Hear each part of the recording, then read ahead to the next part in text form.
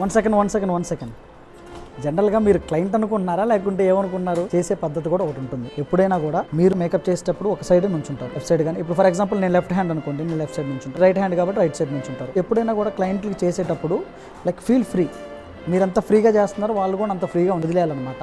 Okay, so ఇలా వెయిట్లు పెట్టడం కానీ, ఇలా పెట్టడం కానీ, ఇలా ఎక్కువ బెండ్ అవ్వటం కానీ, ఓకేనా, ఇలా వాళ్ళ మీద పడిపోవటం కానీ ఇలాంటివి చేయొద్దు. ఎందుకంటున్నానంటే మీరు చేసేటప్పుడు ఇలా హెడ్ని ఇలా మూవ్ చేసినా కూడా మనం ఒక ఈవెంట్కి వెళ్ళామంటే మనకి ఇచ్చే స్పేస్ సోఫాల మధ్యలో, మంచాల మధ్యలో, ఓకేనా, చిన్న బెడ్రూమ్లో ఇలాగిస్తారు మనకి. అటు వచ్చి ఇటు చేసి, ఇటు చేసి ఇలా చేయలేంగా. అందుకే నేను అనేది ఏంటంటే ఒక సైడే ఉండాలి నీట్గా. ఇటు సైడ్ అయితే ఎలాగైతే మ్యాచ్ చేస్తున్నారో face and neck, year sides, ఇటు సైడ్ కూడా సేమ్ థింగ్ ఇలా ట్విస్ట్ చేసుకోవాలి హెడ్ని. చాలా మందిని గమనించాను, ఇటు సైడ్ మంచిగా చేస్తారు, నెక్ బాగా చేస్తారు, ఇటు సైడ్ వచ్చేసరికి ప్యాచ్గా వదిలేస్తూ ఉంటారు. సో మనకు ఆ ప్రాబ్లం రాకూడదు. అలా రాకూడదు కాబట్టి ఇలా నీట్గా బ్లెండ్ చేసుకోండి. మీకు బ్యాక్ పెయిన్ వస్తుంది ఎందుకంటే బెండ్ అయి ఉంటారు కాబట్టి. వీలైనంత వరకు 2 చైర్లు వేసుకోండి. ఒకవేళ అలా వద్దని అనుకుంటే, వాళ్ళకి కంఫర్ట్గా ఉంది, మీకు కంఫర్ట్గా ఉందని అనుకుంటే ఇక్కడ చేయి పెట్టుకోండి, ఇలా బ్యాక్ పెట్టుకోండి. వీలైనంత వరకు స్టాండ్గా ఉండి చేయడానికే ట్రై చేయండి.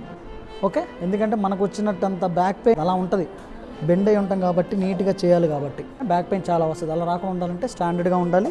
హెడ్ అంటే ఇట్లా తిప్పుతారు, మంచిగా ఇయర్స్